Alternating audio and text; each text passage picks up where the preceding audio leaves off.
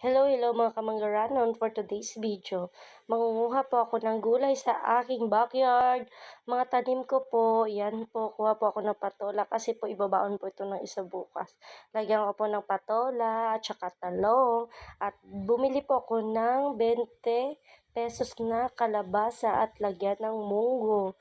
Yan po, kuha po ako ng pichay kasi may isda po ako, lalagyan ko po ng isda yung pichay, panghapunan po namin, o 'di ba, nakakatipid ako ng 25 to 35 pesos na pichay, o 'di ba?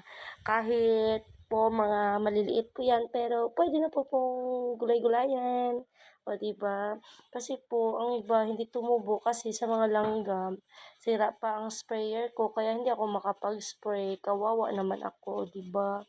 Yan po ang aking pichay, kahit maliliit po 'yan. Yan naman po, kuha po ako ng talong kasi pambaon bukas ng isa. Yung sabi kong lagyan ng patola, munggo, kalabasa, o 'di ba? Tapos lagyan na ng konting manok, 'di ba? Kahit po maliliit po yung talong ko, pero it's good naman po kasi nakakatulong din. Tingnan niyo po, yan, native. Ay, Ilocano talong at saka yung ayan. Na ako. Isa ako sa napili mo upang ikaw ay pagpinturan. Hindi ko sukat akalain ako'y muli mong tangkilikin na ang pag-ibig mo'y aking naangkin.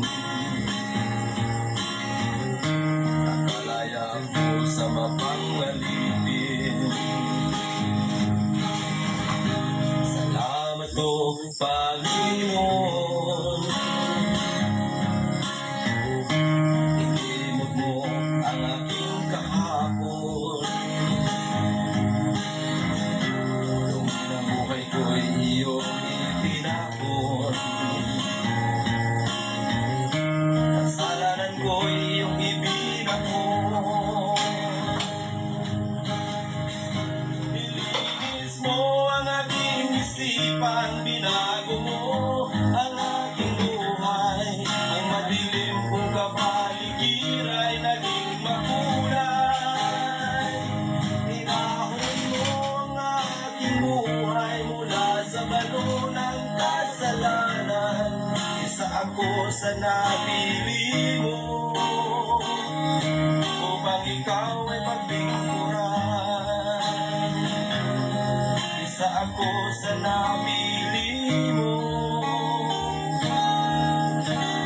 upang ikaw ay paglingkuran.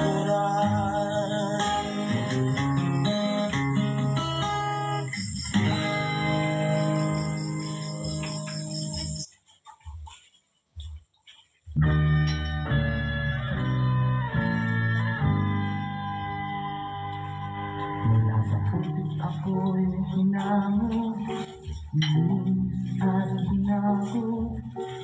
Walang kasing napila ang pag-ibig mo. Di ko malilimutan ang iyong mga kabutihan. Habang ako'y nabubuhay, ito ay taglay. Labi ko'y sanggi ang papuri, puso ko'y umaawit. Diyos ngayon at kailanman, dakila ang iyong kabutihan. Ang buhay ko'y kalakasan, sa'yo lamang ilalaman.